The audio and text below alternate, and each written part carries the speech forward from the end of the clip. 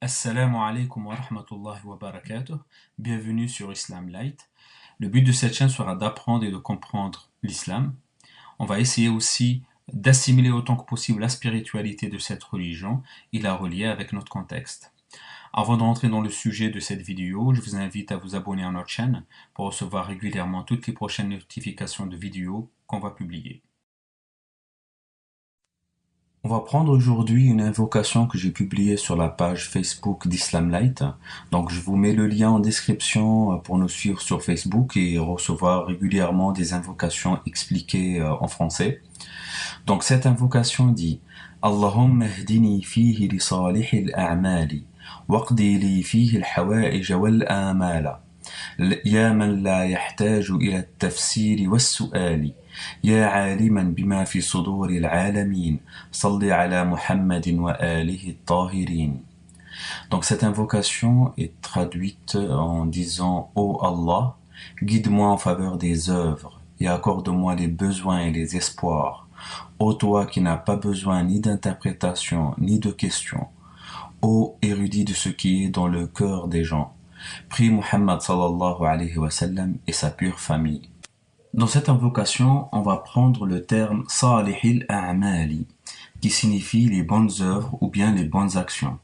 Il faut savoir que quand on parle de bonnes actions, c'est tous les actes qu'on fait dans le but de satisfaire Dieu, subhanahu wa ta'ala. Mais faut comprendre que toutes les actions ne se valent pas. Et toutes les actions qu'on fait ne seront pas forcément acceptées par Dieu.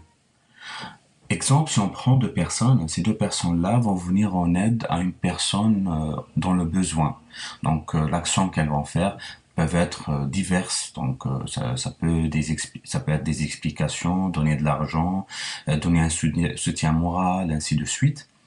Mais par contre, cette action qui est venir en aide à une personne en difficulté, donc c'est pour deux personnes qui font la même action, cela ne veut pas dire que Dieu va accepter les deux.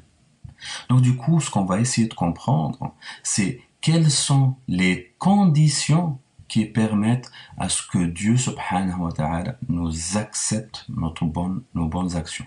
Et là, on va pas prendre l'ensemble des conditions, on va juste se concentrer sur trois d'entre elles. Ces trois actions seront pour nous un bon résumé pour nous permettre de comprendre les conditions d'acceptation des bonnes œuvres qu'on fait. La première condition qui nous permet de faire en sorte que les bons actes qu'on fait soient acceptés par Dieu est que tous les actes qu'on doit faire devront être en accord avec la sunna du prophète sallallahu alayhi wa sallam. Donc, la sunna des prophètes, et pour nous, devrait être un guide, une méthodologie, une voie qui nous permet de trouver notre chemin dans cette vie d'ici-bas. On a le verset 7 de Surat Al-Hashr, c'est la surah numéro 59 du Coran, où Dieu subhanahu wa ta'ala nous dit وَمَا آتَاكُمُ الرَّسُولُ فَخُذُوهُ وَمَا نَهَاكُمْ عَنْهُ فَانْتَهُوا وَاتَّقُوا اللَّهَ Inna Allah shadidul iqabi. La traduction de ce verset est prenez ce que le messager vous donne et ce qu'il vous interdit, abstenez-vous-en. Et craignez Allah, car Allah est dur en punition. Ce verset est purement et simplement un ordre direct de Dieu qui nous dit qu'il faudra suivre la voie du prophète sallallahu alayhi wa sallam. Cette voie est le seul moyen ou l'un des moyens les plus importants qui vont nous permettre de trouver la bonne voie de la satisfaction de Dieu. Et donc, par voie de conséquence, cette voie-là nous permettra de faire en sorte que tous les actes qu'on fait soient acceptés par Dieu subhanahu wa ta'ala.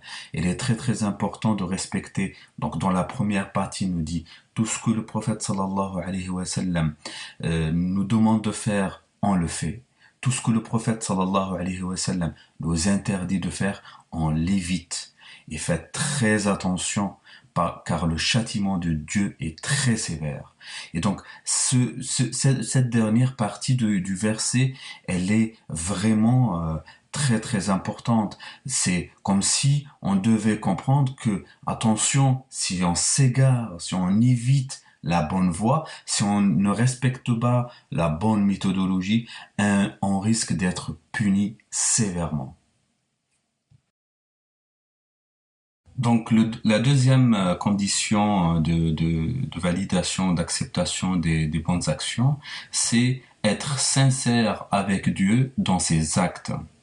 Donc la sincérité est un élément très important et pratiquement un élément fondamental dans la foi musulmane. Et donc du coup, le côté sincère dans nos actes et dans nos relations, dans notre rapport avec Dieu, avec nous-mêmes, avec les gens, est un élément fondamental pour être un bon musulman. On a Surat al-Bayyina, c'est la Surah 98 dans son verset 5 où Dieu subhanahu wa ta'ala nous dit وَمَا أُمِرُوا إِلَّا لِيَعْبُدُوا اللَّهَ مُخْلِصِينَ لَهُ الدِّينَ حُنَفَاءَ وَيُقِيمُوا الصَّلَاةَ وَيُؤْتُوا الزَّكَاةَ وَذَلِكَ دِينُ الْقَيِّمَةِ. Cela est traduit en disant il ne leur a été commandé cependant que d'adorer Allah, lui vouant un culte exclusif, d'accomplir la salat et d'acquitter la zakat, et voilà la religion de droiture. Donc, ce verset nous résume tout simplement tous les actes d'adoration les plus importants chez les musulmans. Ces actes-là sont l'adoration de Dieu, donc la salat, la zakat, et donc vous allez voir que les actes d'adoration, les actes de foi sont des actes piliers qui structurent le comportement du musulman, qui le mettent en relation directe et exclusive avec Dieu. C'est des actes où on pense qu'à Dieu, on se voit en face de Dieu, on est en sa présence. Et donc c'est des moments où on augmente notre foi et surtout on a un rapport beaucoup plus sincère, intime et exclusif avec Dieu. Et donc ce rapport-là, ces comportements-ci nous permettront purement et simplement d'être beaucoup plus sincère avec Dieu, mais d'être beaucoup plus proche de Dieu. En étant proche de Dieu, on est au quotidien accompagné par son Créateur. Dans tout ce qu'on fait, dans tout ce qu'on dit, dans tous les endroits où on va, avec toutes les compagnies, donc avec toutes les personnes, on a toujours Dieu dans notre cœur et dans notre esprit. Et donc du coup, on est plus simplement et plus facilement sincère dans nos comportements parce qu'on est conscient de l'existence et de la présence de son Créateur à côté de soi. La troisième condition d'acceptation des actes est que les actes doivent être faits avec la foi en Allah et dans le but de le satisfaire uniquement. On a le hadith rapporté par Omar ibn Khattab radiyallahu anhu qui dit où il dit qu'il a entendu le messager d'Allah sallallahu alayhi wa sallam dire إنما الأعمال بالنيات وإنما لكل امرئ ما نوى فمن كانت هجرته إلى الله ورسوله فهجرته إلى الله ورسوله ومن كانت هجرته لدنيا يصيبها أو امرأة ينكحها فهجرته إلى ما هاجر إليه. Ceci signifie tous les actes ne valent que par les intentions qui les motivent et chacun n'a pour lui que ce qu'il a eu réellement l'intention de faire.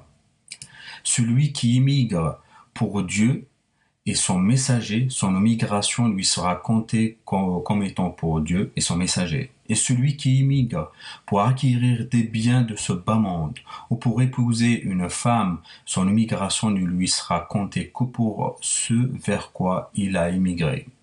Ce hadith est rapporté par Bukhari et Muslim. Et donc, dans ce hadith, tout est dit tout simplement. Donc, du coup, tout est fait à partir de l'intention. La base des actes qu'on va faire, c'est l'intention. Faut qu'on ait une intention propre pour Dieu, pour satisfaire Dieu, pour acquérir l'amour de Dieu. Et là, nos intentions auront beaucoup plus de chances d'être acceptées par Dieu subhanahu wa ta'ala. Pour vous remercier d'avoir suivi cette vidéo, j'ai mis en ligne une formation gratuite qui vous permet d'apprendre à lire et à écrire et ce en 7 leçons uniquement. Donc, il faut juste aller en description de cette vidéo et ainsi avoir le lien pour vous inscrire et commencer à apprendre à lire et à écrire en arabe. Voilà, on termine maintenant notre vidéo d'aujourd'hui. Donc, si vous avez aimé, mettez un grand pouce j'aime, abonnez-vous à notre chaîne et activez la petite cloche pour recevoir toutes les prochaines notifications de vidéos qu'on va publier. Salam alaikum wa rahmatullah.